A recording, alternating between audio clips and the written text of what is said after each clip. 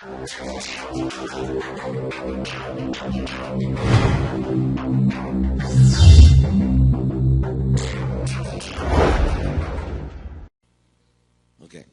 Sobre la tercera parte de lo que hemos estado hablando, yo quiero cerrar. Espero que los que hayan asistido hayan estado tomando notas. Si no asistieron la primera o la segunda, yo les sugiero y les invitaría a comprar el disco, puesto que estamos hablando sobre algo que para nosotros como congregación es fundamental. En otras palabras, usted debe saber cuáles son nuestros llamados ejes de dirección. Tenemos una doctrina definida como congregación, en primer lugar. La segunda cosa, tenemos una misión definida como congregación y tenemos también una visión definida como congregación. Yo explicaba esto, que es sumamente importante, no solo como congregación, sino también usted lo tiene que tener lo tiene en su trabajo. Si está trabajando en algún lugar, una empresa no nada más se pone para obtener dinero, tiene propósitos, tiene una misión y tiene una visión. Y también hay otra de las cosas, que de repente ese es el problema que nosotros tenemos a veces como familia, que nuestros hijos no saben ni siquiera hacia dónde vamos. Nuestros hijos no saben ni siquiera qué es lo que esperamos de ellos. Y por lo tanto viven en una situación de inseguridad y como van viviendo la vida, cuando usted les pregunta a ellos qué quieres ser, qué quieres hacer, pues muchas veces están tan indecisos que no saben ni lo que quieren hacer, porque nunca les hemos dicho lo que esperamos de ellos. Nada más nos concretamos a decir, pues es que tu trabajo es estudiar. Pues sí, pero no estamos formando en ellos una visión clara de familia y hacia dónde queremos dirigir. Ahora, solo esto nada más como un ejemplo.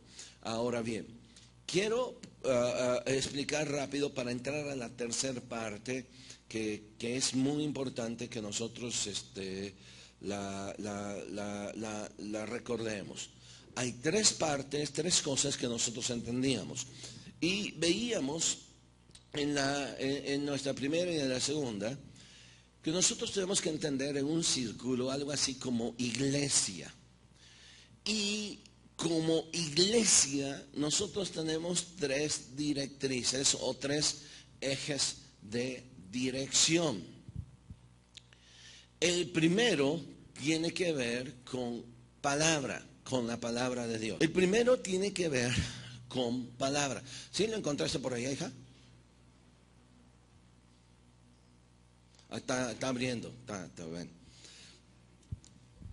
Iglesia, recuerda, ¿cuántos estuvieron las 2 semanas anteriores? Ok, ahora, por favor, otra vez, recuerde, un círculo, palabra, digo iglesia.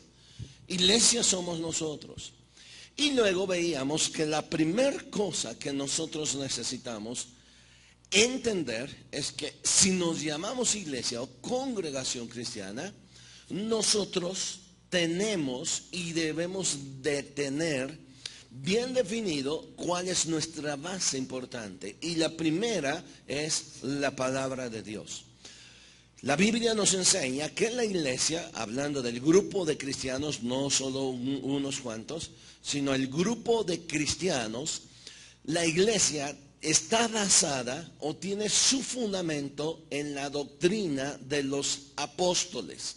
Y esa doctrina de los apóstoles está revelada aquí en las Sagradas Escrituras. Tomamos un buen tiempo en la primera sesión para hablar sobre la importancia de la palabra de Dios en la iglesia. Y les decía, tomamos tanto tiempo que aún poníamos algunos ejemplos en el que desafortunadamente lo que conocemos hoy en día como iglesias en muchos lugares, pues la palabra de Dios, la palabra es la primeritita. La palabra está ausente, se predica de todo menos de Biblia. Y usan la Biblia para distorsionar el mensaje que es tan sencillo del Evangelio.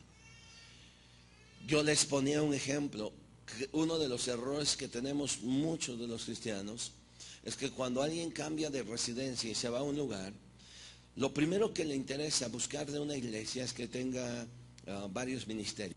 ¿Me puede dar la iglesia? Y lo último que se preocupan es cuál es la enseñanza de esa iglesia.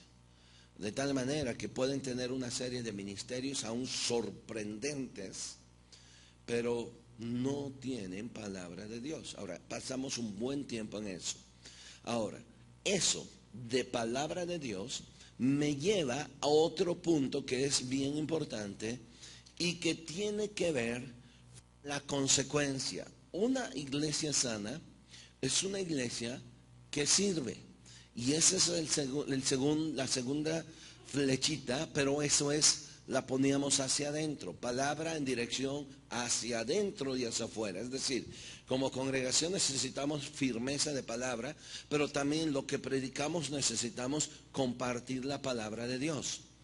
Bien, como consecuencia, la segunda cosa que nosotros hablamos hace 8 días, tiene que ver con algo que es el talón de Aquiles de todas las iglesias, y no solamente de nosotros, sino de todas las iglesias, y es con una palabra tan sencilla, que es la palabra servicio. Cuando escuchamos servicio, es una palabra que como que cala, pero decimos sí, pero no nos involucramos. Veíamos en Juan capítulo 12, versículo 26, donde Jesús dijo lo siguiente: si alguno me sirve, sígame. Usted recordará.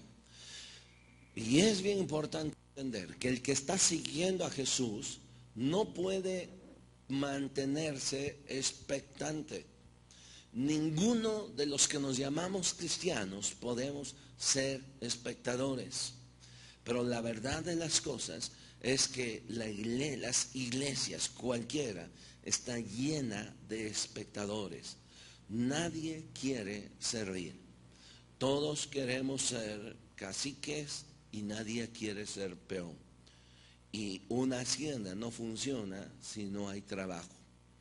La segunda cosa que nosotros debemos de entender hacia adentro, y eso lo vimos la semana pasada, la importancia del servicio. Como iglesia necesitamos aprender a servir.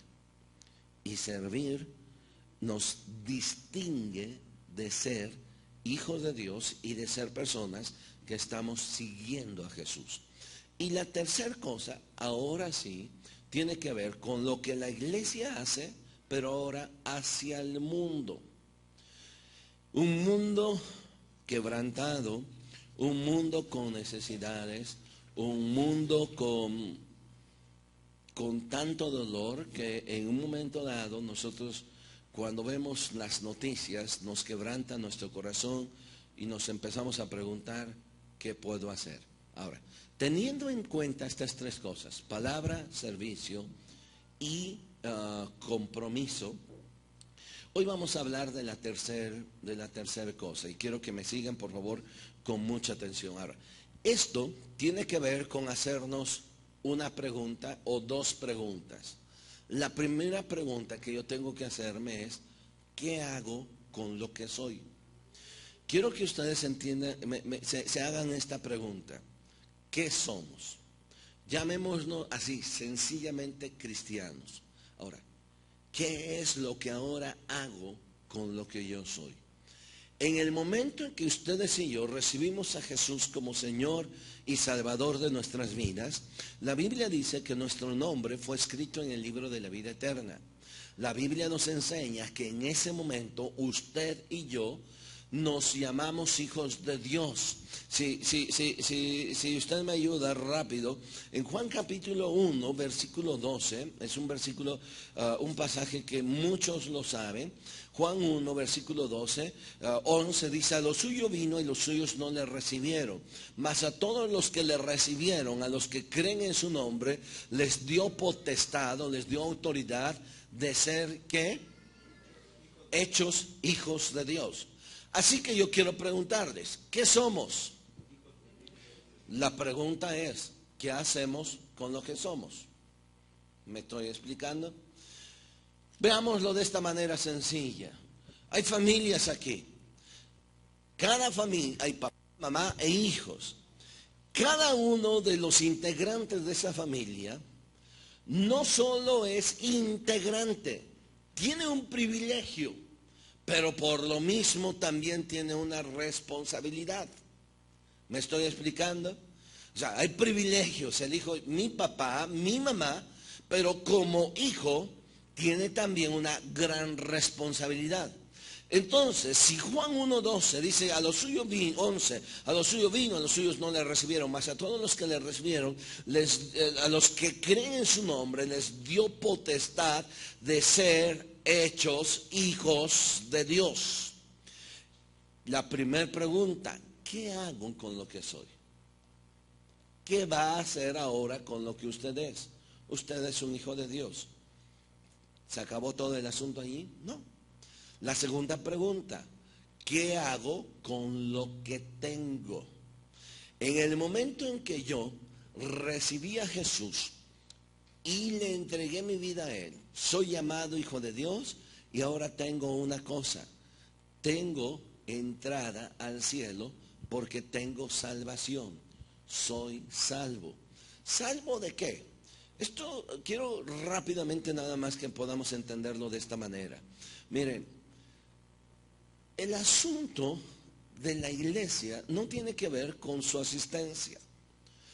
Usted puede estar aquí 20 años, pero sin cambiar, puede ser una persona sumamente religiosa, pero lo importante es que Jesús vino no para venir y formar la iglesia.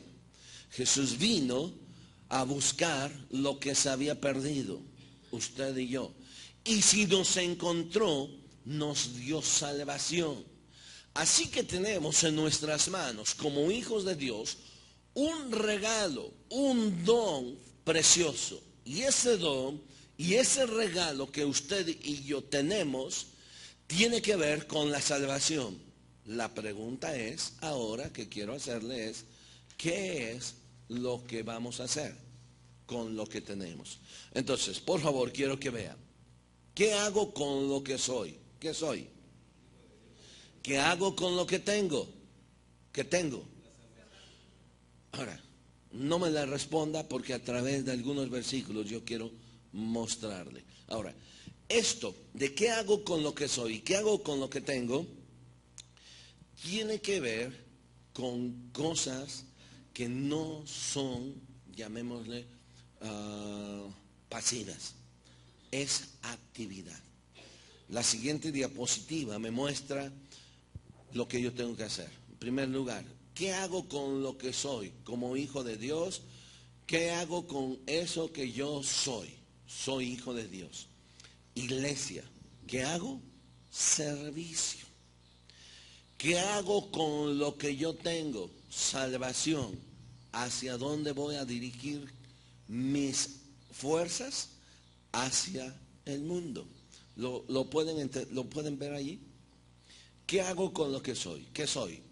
Hijo de Dios. Como hijo de Dios tengo una responsabilidad en su cuerpo. Y en esa responsabilidad en su cuerpo, estoy llamado a servir. Lo veíamos la semana pasada. Si alguno me sigue, sírvame.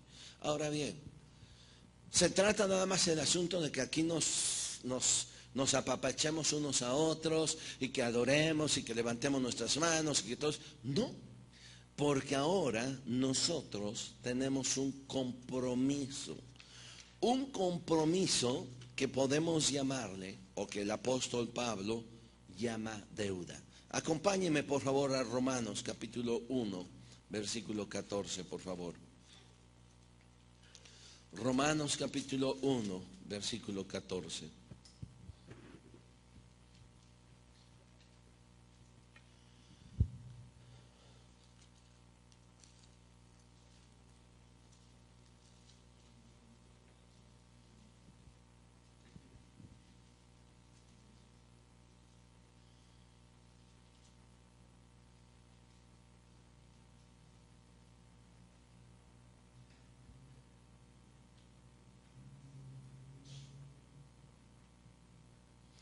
Mira, antes de ir a Romanos 1:14, miren, quiero que vea Romanos 13, por favor, 13:8.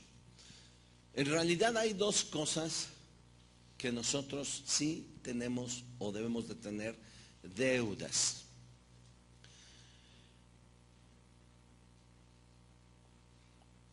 Romanos capítulo 13, versículo 8. Pablo dice lo siguiente: no debáis a nadie nada. Deudas, no. Pero sí nos dice una cosa, sino que el amarnos o el amaros unos a otros, porque el que ama a su prójimo ha cumplido la ley. Así que la primera deuda que yo tengo tiene que ver con la iglesia, nosotros. Si están aquí. Ahora, involúcralo en servicio. Dice, no debas a nadie nada. Y si leen los versículos anteriores, dice, paguen a todo lo que ustedes deben, páguenselo. Al que honra, honra, al que tributo, al que impuesto, etc. Y termina diciendo, no debas a nadie nada. Sin embargo, hay una cosa que tú sí tienes, una deuda que no la puedes pagar y que todos los días tienes que pagar. Esa deuda tiene que ver hacia adentro, el amarnos los unos a los otros. Y la forma en que nosotros demostramos que amamos unos a otros es cuando nosotros nos ponemos a su servicio y somos servidores. La segunda deuda que nosotros debemos de tener ahora sí está allá en Romanos capítulo 1, por favor. En el versículo 14, bueno, prácticamente voy a leer del 14 hasta el 17, por favor. Pablo dice lo siguiente: a griegos y a no griegos. Ahora, recuerde por qué dice así. Porque Pablo era judío. Y como judío, pues él finalmente a lo mejor, él podía decir, mi evangelio, mi predicación es solamente a los judíos. Pero Pablo dice, no, él va un poquito más allá. Y dice, a griegos y a no griegos, a sabios y a no sabios, ¿qué dice? Soy deudor, les debo algo. O sea, debo algo a los griegos, debo algo a aquellos que son intelectuales, era la característica de los griegos. Tengo una deuda con ellos, dice, pero también tengo una deuda con los sabios, pero también tengo una deuda con los no sabios. Y tengo que pagar. Y cuando usted y yo tenemos una deuda, no nos queda otra más que pagarla.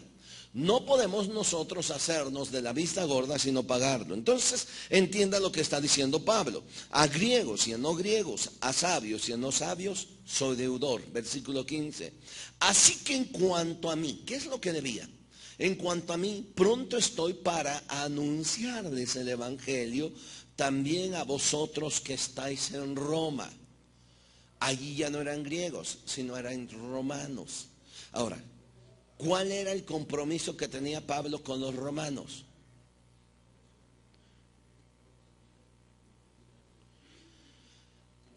Así que en cuanto a mí, pronto estoy para ¿qué? Anunciarles el evangelio también a ustedes que están en Roma. Ahora, vea, Pablo no había visitado Roma. Y entonces dice, yo quiero llegar a Roma porque tengo una deuda con ustedes también. Tengo una deuda con los griegos, tengo una deuda con los sabios, tengo una deuda con los no sabios, pero también tengo una deuda con ustedes, con los que están en Roma. ¿Y esa deuda qué es? Predicar el evangelio o anunciarles el evangelio. ¿Por qué? Versículo 16.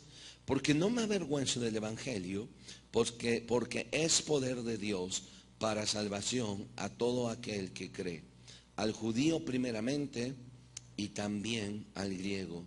Porque el evangelio, en el evangelio, la justicia de Dios se revela por la fe, y para fe, como está escrito, mas el justo vivirá por la fe. ¿Podemos leer el versículo 16? Quiero que lo leamos juntos fuerte. Porque no me avergüenzo del evangelio, porque es poder de Dios para salvación a todo aquel que cree, al judío primeramente y también al griego. Ahora, quiero que entendamos lo siguiente. Tenemos tres ejes de dirección. 1, la palabra. 2, servicio. 3, compromiso. Ese compromiso se traduce en una deuda que usted y yo tenemos. Una deuda se tiene que pagar. Y esa deuda tiene que ver para los que están allá afuera. ¿Cuál es la deuda que tenemos que pagar? Predicar el Evangelio. Y aquí es donde también otro de los problemas que tenemos la iglesia. Pero quiero que piensen por un momento. Dice una parte de la Escritura, ¿cómo oirán si no hay quien les predique? ¿Cómo oyeron ustedes del Evangelio?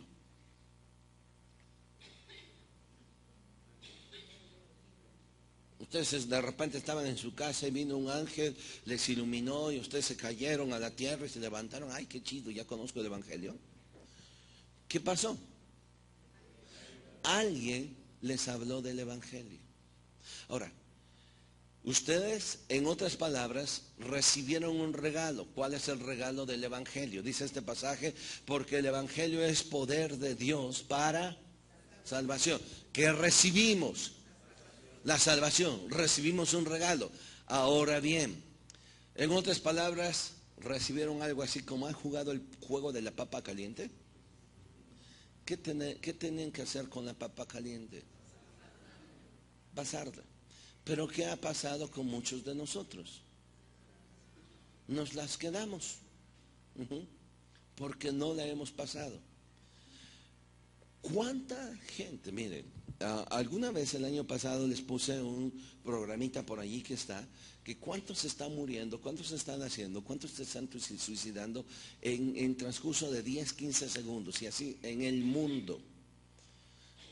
¿Alguien recuerda más o menos a qué cantidad en este momento estamos llegando de habitantes en el planeta Tierra? ¿Alguien recuerda? Porque nada más nos centramos en nuestro rancho, ¿no? Pero ¿alguien recuerda cuántos hay? ¿A qué cantidad estamos acercándonos aquí en la Tierra? 7,000 millones. Y está creciendo y se está multiplicando. La pregunta es que también de esos 7,000 millones que están naciendo, también hay miles y miles que están muriendo. El problema es grande. ¿En qué sentido? Que están muriendo sin Dios y sin esperanza y sin salvación. Y por lo tanto su destino es el infierno. Y el infierno es una realidad. O sea, no es algo que Jesús relató para espantarnos. No es algo que está allí en la Biblia nada más para espantarnos y para hacer algo. El infierno es una realidad. Si el cielo es una gran verdad de la Biblia, también el infierno. Y el Evangelio trae salvación del infierno para ir al cielo. Pablo dice, yo soy deudor, tengo una deuda allá afuera. ¿Cuál es esa deuda? Predicar el Evangelio. A griegos, a no griegos, a sabios, a no sabios. Y Pablo dice, a los romanos también tengo una deuda. Y esa deuda es predicarles el Evangelio. En otras palabras, si pudiéramos nosotros enumerar que por la deuda, por cada deuda que tenemos, que no pagamos y que se nos añade un interés, nada más yo quiero preguntarles, ¿a cuánto ascendería la deuda de algunos de ustedes? Bueno, ¿se han metido con el banco? Algún préstamo o su tarjeta y de repente, por ir pagando el mínimo, ¿sí? Piden 10,000 pesos y por pagar el mínimo, más o menos, ¿a cuántos años se van para pagar esos 10,000 pesos por pagar el mínimo? ¿Alguien? ¿Mande? 12 años. Pregunto una cosa. Tenemos una deuda de predicar el Evangelio. No la ha pagado. ¿Qué interés está pagando usted? ¿A cuántos años cree que va a terminar de pagar su deuda? Si la verdad de las cosas usted y yo estamos cómodos acá, ¿sí o no? Pues total, ya mi nombre está escrito en el libro de la vida eterna y los demás que se rasquen con sus uñas. No. Quiero que veamos, por favor, un ejemplo bien interesante. Vamos, por favor, al Evangelio de Marcos, por favor. Este pasaje es un pasaje conmovedor. Ustedes y yo lo conocemos como el endemoniado gadareno. Incluso creo que en la Biblia ahí está, dice el endemoniado gadareno. Este gadareno es porque vivía en la ciudad de Gadara. No es que era un ganadero y que estaba endemoniado, ¿no? Si lo leen bien, es el endemoniado gadareno, no ganadero. Entonces, al igual que también no es la mujer submarina, sino es la mujer samaritana. Por de repente encuentran ahí, ¡ay, la mujer submarina! No, es la mujer samaritana. Este es el endemoniado gadareno, no ganadero. Y pusiera ganadero porque tenía un montón de puercos. No. Gadara era una ciudad que estaba en Israel. Jesús llega y cuando él llega con sus discípulos, dice la Biblia, se la voy a relatar rápido, llega y sale a su encuentro un hombre con un espíritu inmundo. Marcos capítulo 5, por favor. Cuando salió Jesús del barco, versículo 2, enseguida vino a su encuentro de los sepulcros un hombre con un espíritu inmundo que tenía su morada en los sepulcros y nadie podía atarle ni aun con cadenas, porque muchas veces había sido atado con grillos y cadenas, las cadenas habían sido hechas pedazos por él y desmenuzados los grillos y nadie le podía dominar. Y siempre de día y de noche andaba dando voces en los montes y en los sepulcros e hiriéndose con piedras. Y cuando vio pues a Jesús, le dejó de lejos, corrió y se arrodilló ante él. Y clamando a gran voz, Jesús le dijo, ¿qué tienes conmigo? Los demonios, a Jesús, hijo del Dios Altísimo, te conjuro por Dios que no me atormentes. Porque le decía, sal de este hombre, espíritu inmundo. Y Jesús le preguntó, ¿cómo te llamas? Al demonio, y él respondió diciendo, Legión me llamo, porque somos muchos. Y le rogaba mucho que no lo enviase fuera de aquella región, y estaba ya allí cerca del monte un gran hato de cerdos paciendo. Y le rogaron todos los demonios diciendo, envíanos a los cerdos para que entremos en ellos. Luego Jesús les dio permiso y saliendo aquellos espíritus inmundos, entraron en los cerdos, los cuales eran como 2000, y el hato se precipitó en el mar por un despeñadero y en el mar se ahogaron. Y los que apacentaban los cerdos huyeron y dieron aviso en la ciudad y en los campos y salieron a ver qué era aquello que había sucedido. Vinieron a Jesús y le dijeron, y vieron que el hombre estaba sentado, que había sido atormentado del demonio y que había tenido esa legión, estaba sentado, vestido y en su juicio cabal.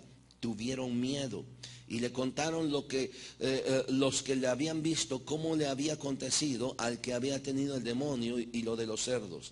Comenzaron a decirle a Jesús que se fuera de sus contornos. Al entrar él en la barca, el que había estado endemoniado le rogaba que le dejase estar con él. Y ahora, yo quiero que vea el versículo 19. Mas Jesús no se lo permitió, sino que le dijo, vete a tu casa, a los tuyos, y cuéntales cuán grandes cosas el Señor ha hecho contigo y cómo ha tenido misericordia de ti. Tal vez no se identifique de manera completa con la vida que tenía este hombre. Era una vida realmente dolorosa. Dice la Biblia que era un hombre que estaba poseído no solo por un demonio, sino por una legión de demonios. 4,000 o 5,000 demonios. Así que imagínense, si algunos de ustedes dicen, no, mi esposo tiene un demonio, por eso se pone así. Ahora imagínense, si tuviera una legión, estuviera así como este. Dice la Biblia que vivía en los sepulcros y se lastimaba. Nadie podía pasar por donde él estaba porque a todos atacaba. La sociedad o la gente de allí, en vez de tratar de ayudar o de hacer algo, lo habían tratado de encadenar, pero las cadenas no habían sido suficientes. Así que la situación de este hombre era mal. Era un tormento para sí mismo, para su familia, pero también para la sociedad. Y un día llega Jesús. Y este hombre viene y se arrodilla y los demonios empiezan a hablar y le dicen a Jesús: ¿qué tienes con nosotros, Hijo del Dios Altísimo? Y le dice: ¿por qué vienes a atormentarnos antes de tiempo? Jesús le pregunta cómo se llamaba. Él les dijo: somos legión porque somos una bola. Y le dice: por favor, si vienes a atormentarnos, queremos salir de este hombre, pero danos chance de salir por lo menos a esos cerdos. Jesús los echa afuera, esos demonios salen, poseen esos cerdos y se van los cerdos al precipicio.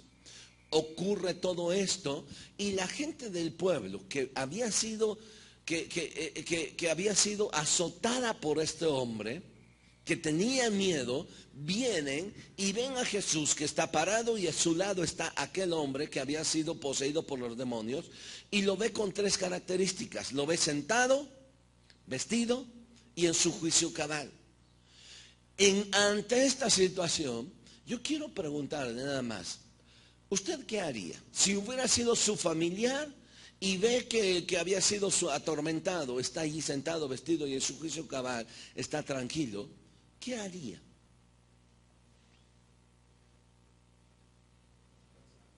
¿Mande?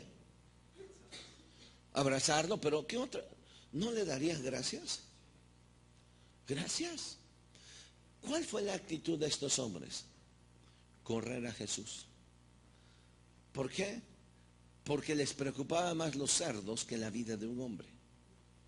O sea, habían perdido muchos cerdos que este hombre. Así que cuando le dijeron: vete, no te queremos aquí cerca, porque si perdemos unos cerdos, al ratito vamos a perder todo. Así que prefirieron correr a Jesús de ese lugar. Jesús se vuelve a subir otra vez en la barca, y estando en la barca llega este hombre y dice en el versículo 19 que le rogaba: déjame ir contigo. Pero yo quiero que vean el encargo que Jesús le dio a este hombre. ¿Cuál es? Vete a tu casa, vete a los tuyos y cuéntales cuán grandes cosas Dios ha hecho contigo y cómo Dios ha tenido misericordia de ti. Tal vez no se identifique plenamente con este hombre, pero sí se identifique con las palabras últimas de Jesús: cuántas cosas Dios ha hecho contigo y cómo Dios ha tenido misericordia de ti. Alguien de los que está aquí en esta mañana pudiera decir: pues la verdad de las cosas, Dios no ha hecho mucho conmigo. La verdad de las cosas es que no ha tenido misericordia Dios mucho de mí. ¿Alguien pudiera decir eso? No. Y podemos identificarnos con estas palabras: cuánta misericordia Dios ha tenido con nosotros. Uno de los salmos dice que tiempo atrás hubiéramos perecido si no hubiera sido por la misericordia de Dios. Que si Dios solamente por su justicia nos viera a nosotros, nosotros no estuviéramos aquí. Tiempo atrás también hubiéramos muerto. Porque delante de Dios nuestra justicia no sirve. Lo mejor de nosotros no sirve. Y aunque se oiga feo, la Biblia dice que lo mejor de nuestras obras son como trapos de inmundicia. Y literalmente en el Antiguo Testamento un trapo de inmundicia es una toalla femenina. ¿Y para qué sirve eso? Para nada. En realidad es un desecho. Y la Biblia dice que lo mejor de nosotros es semejante a eso. Así que si alguno de nosotros pudiéramos creernos justos y pudiéramos creer que merecemos algo, y por eso, porque merecíamos salvación, por eso estamos aquí, la verdad de las cosas estamos equivocados.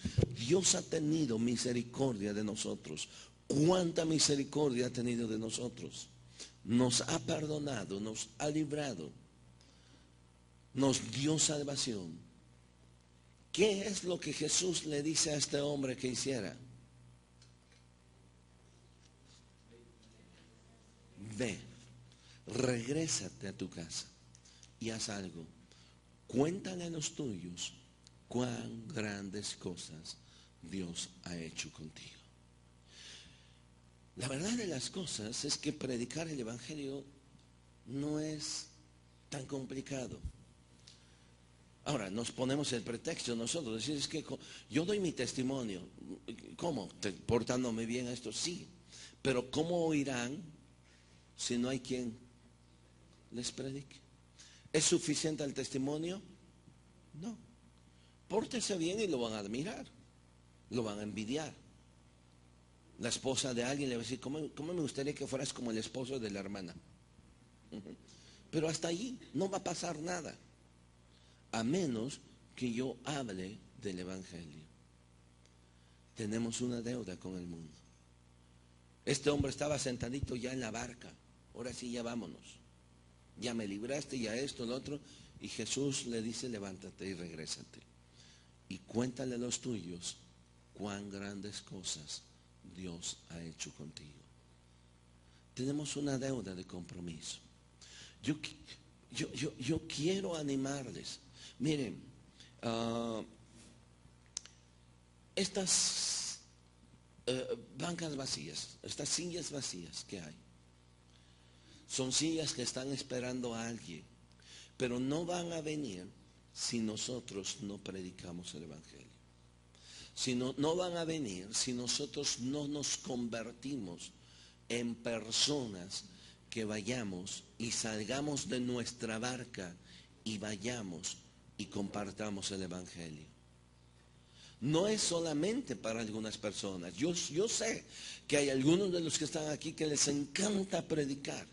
Sé que les encanta evangelizar, y eso es una bendición tenerles. Pero no es el compromiso solo de uno o de dos, sino de todos. Y cuando yo entiendo lo que Dios ha hecho conmigo, no tengo otra cosa más que levantarme y salir y predicar el Evangelio. Alguna vez yo les conté, recién que estábamos en el Instituto Bíblico, el año pasado vino uno de mis compañeros que estudiamos y de repente estábamos preguntando, ¿te acuerdas de fulano, sutano, mengano?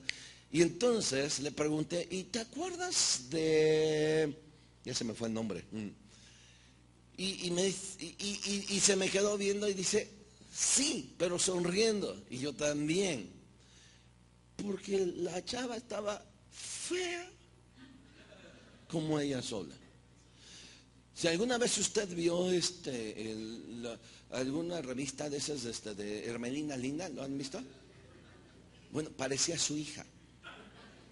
¿Sí? Pero hay algo que los dos dijimos, pero esta chava, ¿cómo evangelizaba? Ella tenía una pasión por las almas así bien fuerte. Se los voy a decir rápido. Miren, los domingos en la congregación en el Instituto Bíblico donde estábamos, había 5 reuniones a lo largo del día. Desde las 8 de la mañana era la primera reunión, 8:10, 10:11, 10:12, así seguiditas. Y esta chava sabía tocar bien la guitarra. Entonces, lo que hacía ella sola, al principio, es agarrar su guitarra, se iba a Chapultepec, allí en un árbol, hizo una lonita de manta y escribió allí, porque el Evangelio es poder de Dios para salvación, ahí puso todo. Y lo clavaba, lo ponía en el árbol. Y luego empezaba a tocar y a cantar alabanzas. Y la gente pasaba y se quedaba parada porque no veía un frasquito. Se quedaba parada. Y yo no sé si se quedaba también parada, pero sí, ay, joder, qué fea, ahorita se quita la máscara. Ajá, alguna magia de hacer, pero no. Cuando ya tenía un montón de gente allí, entonces empezaba ella a predicar el Evangelio. Y no se vayan, porque yo he venido a predicar la palabra de Dios, y tú eres, así directamente, y tú eres pecador, y tú necesitas a Jesús, y predica. Y todos estaban ahí. Cuando ya también, ¿quién quiere aceptar a Jesús? No, ven, arrodíllate aquí. Y en medio de todos los pasaba y los arrodillaba. Y ya que estaban arrodillados, ahora repitan, Señor Jesús, y empezaban a hacer la oración. Terminando, hacía otra cosa, no se quedaba con eso. Ahora, todos ustedes, no les decía si podían. O sea, ahora, todos ustedes síganme. Vamos a ir porque ahorita, en este momento, va a empezar la predicación de mi iglesia. Se subía, allí pasaba en Chapultepec, subía el camión y se iba directamente. La congregación estaba allí sobre Misterios, que está casi toda recta. Y entonces ahí lo llevaba, que lo separaba en la puerta. Ahora, 1, 2, 3, 4, y lo subía y les pagaba su boleto. Cuando llegaba a la congregación, ya sabían que las primeras líneas de sillas eran para estos cuates. Así que entonces se para, ahora, fórmate, siéntate. Y ahí estaba. Y ya, los dejaba allí. ¿Qué hacía? Se regresaba otra vez porque iba a pescar otra vez para la siguiente reunión. Y eso es, cuando nosotros veíamos eso, pues nos les pegamos, queremos aprender. Pero no hacía solamente eso, sino cuando dijimos, vamos contigo, nos subimos al autobús, iba con su guitarra y dice, yo voy a cantar y ahora ustedes predican. Ay, hija, no sé. Y empezaba a cantar. Y dice, bueno, van a ver, lo primero yo voy a hacer. Y empezaba a decir, señores, ustedes regularmente están aquí, viene gente, les canta y les pide dinero. Hoy yo no les voy a pedir nada. Hoy yo les voy a hablar del Evangelio de Jesús. Y empezaba a predicar en el camión, desde allí hasta Chapultepec. Y a repartir folletos. Y otra vez, ese era el trabajo que ella tenía. Eso es tener pasión. Y cuando yo estaba hablando con Josué la semana pasada, le digo, el año pasado, ¿te acuerdas de fulana? Y dijimos el nombre y se empezó a reír. Sí, va, la fea, pero qué pasión. Ahora, estaba fea, pero tenía unos ojos verdes así bien bonitos. O sea, que si hubiera estado allá en el Islam, cualquiera se hubiera casado nada más con verdes los ojos, ¿no? Ya después se divorcian de aquella, ¿no? Pero qué pasión tenía. Termino con lo siguiente. Mire, iniciamos el año teniendo un día orando por nuestra familia, por los que no conocen a Dios. Hay algo triste que podríamos nosotros sentirnos mal en medio de toda la bendición de que nuestro nombre está escrito en el libro de la vida eterna. Quiero que por favor imaginen cuando ustedes y yo entremos al cielo. Está en la puerta del cielo, el Señor nos está abriendo las puertas, su nombre está escrito y usted vaya entrando. Pero en el momento en que usted va entrando, usted volteara y viera a algún familiar, y viera a su vecino, y viera a tanta gente que usted tuvo la oportunidad de predicarle, pero no lo hizo por pena, no lo hizo por vergüenza o por desidia. Y en el momento en que usted se volteara y ve que esa persona, en vez de estar formada en la fila para entrar al cielo, si en ese momento esa persona esté formada en la fila para el infierno, quiero preguntarle, ¿cómo nos sentiríamos? Señor, yo voy al cielo, pero ¿y todo por qué? Por mí. Ay de mí si no predicar el Evangelio, dijo el apóstol Pablo. Tenemos una deuda y este año tenemos que renovarla. No nos conformemos solamente con venir. Tiene usted alrededor diariamente. O sea, yo no estoy hablando de llenar la iglesia, quiero que me entienda. Lo que estoy hablándole es de llenar el reino de los cielos con esa gente que no conoce. Si vienen a la iglesia no importa, si se van a otra iglesia no importa, pero llévenles el Evangelio, compártanles del Evangelio, porque ellos necesitan la palabra de Dios. Ellos necesitan conocer también al Dios que usted conoce. Quiero que nos pongamos en pie, quiero que terminemos, por favor.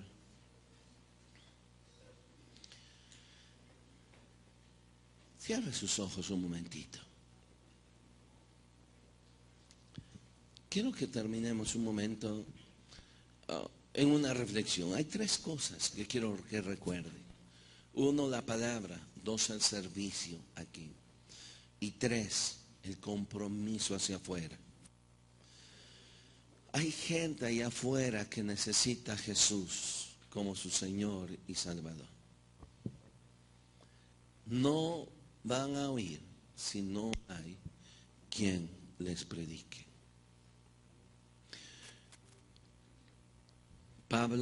Jesús llamó a hombres y les dijo: vengan en pos de mí y les haré pescador de hombres. Afuera hay gente que está muriendo sin Dios. Padre, ven en esta mañana. No se trata de motivar a la gente. Se trata de que en esta mañana, Señor, tú tomes sus vidas, tú tomes sus corazones y que hagas una obra completa. Como iglesia necesitamos obreros en esta mies, pero también necesitamos, Señor, compartir el evangelio. Pocos obreros al campo van. En el nombre de Jesús.